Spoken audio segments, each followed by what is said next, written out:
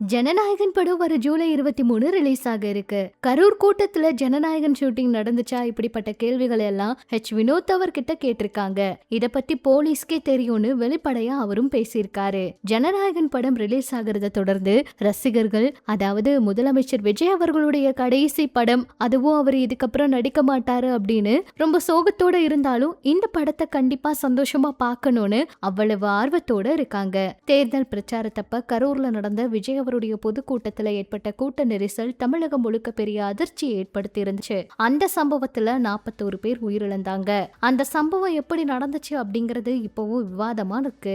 அதே நேரத்துல அந்த ஷூட்டிங்ல விஜய் அவருடைய வாகனம் மற்றும் சில வாகனங்கள்ல இருந்து ஷூட்டிங் செய்யப்பட்டுச்சு. அந்த ஷூட்டிங்காக தான் மக்களை அதிகமா கூட்ட வேண்டும் அப்படின்னு விஜய் அவருடைய தரப்பினர் முயற்சி பண்ணாங்கன்னு சொல்றாங்க. குற்றச்சாட்டுகள் எல்லாம் பரவி வந்துச்சு.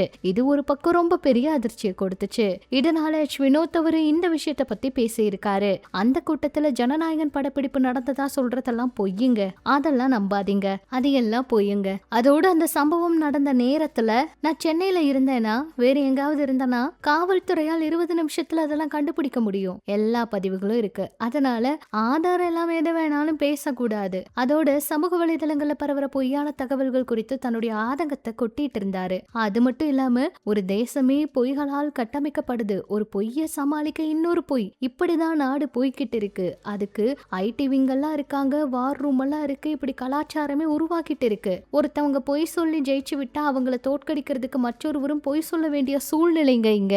இந்த மாதிரி மோசமான இடத்துலதான் நம்ம இருக்கோம். ஜனநாயகன் படம் ரிலீஸ் தள்ளி போனது, படம் இணையத்துல கசஞ்சது மிகப்பெரிய மன அழுத்தம் தான். அந்த நேரத்துல முதலமைச்சர் அவர் எனக்கு நேரடியா கூப்பிட்டு ஆறுதல் சொன்னாரு. வாழ்நாள் முழுவதும் மறக்க முடியாத ஒரு விஷயம் இதுதான் அப்படின்னு நெகிழ்ச்சியா சொல்லியிருந்தாரு. விஜய் அவர் என் கூடவே இருந்தாரு. அவர் அவ்வளவு ஆறுதல் சொல்லி என்னை தேத்துனாரு. இதுக்கு எனக்கு என்ன நன்றி சொல்றதுன்னே தெரியல. இந்த விளக்கம் வெளியானதுக்கு அப்புறமா விஜய் அவருடைய ரசிகர்கள் இந்த வீடியோக்களை அதிகமா ஷேர் பண்றாங்க.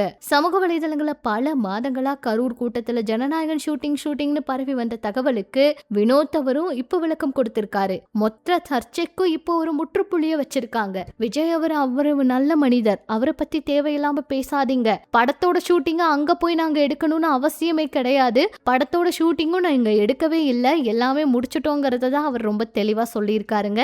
இதை பத்தி நீங்க என்ன நினைக்கிறீங்கன்னு உங்களோட கருத்துக்களை சொல்லுங்க. சினிமா அரசியல் தகவலை தெரிஞ்சுக்க நம்ம சேனல் கூட இணைஞ்சிருங்க.